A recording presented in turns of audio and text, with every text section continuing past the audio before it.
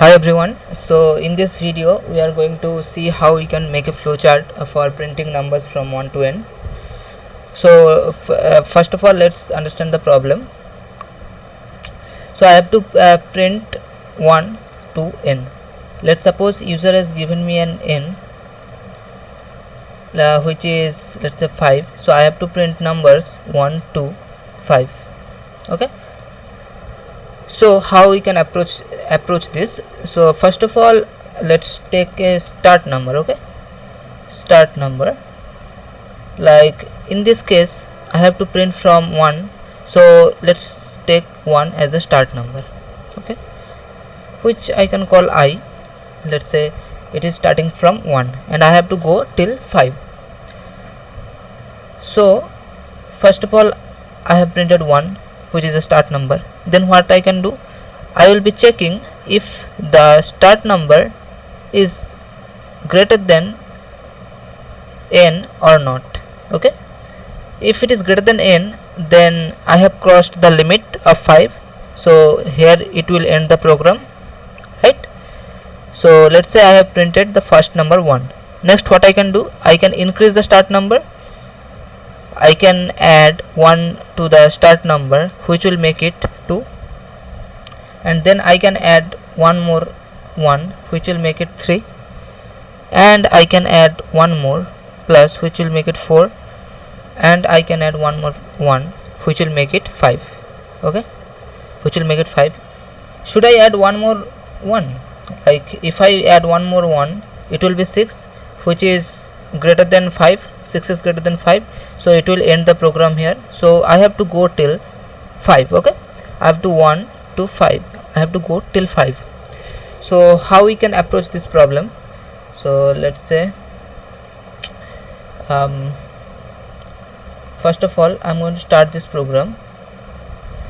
Then I am going to read a number or n to which, up to which we have to go from 1. Next, I will be keeping a start number or an I, which I will be starting from 1 because I have to print 1 to n. So I am initializing my starting number as 1. Okay. Next, what I will be checking? I will be checking if the number is, I will be checking if the start number I is greater than n or not. If it is greater than n, means I have crossed the limit, so it will end the program here. And if it is yes, if it is yes, then I will be ending the program here. And if it is not, like I hasn't crossed the limit of n, so what I can do, I can first of all I will be printing I. Then what I will be doing, then I will be adding 1, as we have shown in the previous slide. I will be adding 1 to I. Okay, so I will be adding 1 to I, and I will be continuing the checking process. So again I have to come over here to check if I is greater than n or not. Okay, so let's dry run it. Let's take n equals 5. So our start number I equals 1. Here you can see it is I equals 1. Now we will be checking if I is greater than 1 or not. So first number is 1. 1 is greater than 5, obviously no. So we will be getting into no, and we will be printing I. So what will be printed?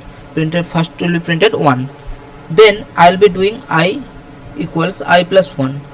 So here I is 1 and I will be doing plus 1, means it will convert it into 2. Then here I will be checking the condition once again. 2 is greater than 5, obviously not, so it will be going to no, and it will be printing 2. And again I will be adding 1 to 2, adding 1 to I, so it will make it 3. 3 is greater than 5, obviously no,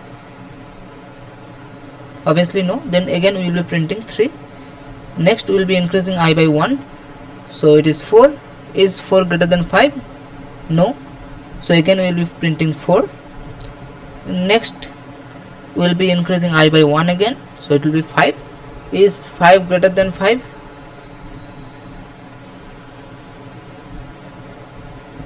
Obviously no, 5 is not greater than 5, so I will be printing 5. Next I will be increasing I, here I is equals to 5 and I will be increasing I by 1, so it will be 6. Now I will be checking if 6 is greater than 5. Yes, 6 is greater than 5. Okay, so it will come to yes and it will end the program. And what it has printed, it has printed 1 to n for us, which was 1 to 5 here, because the value of n was 5, so it has printed from 1 to 5. Okay, I hope you have understood the concept. Thank you for watching.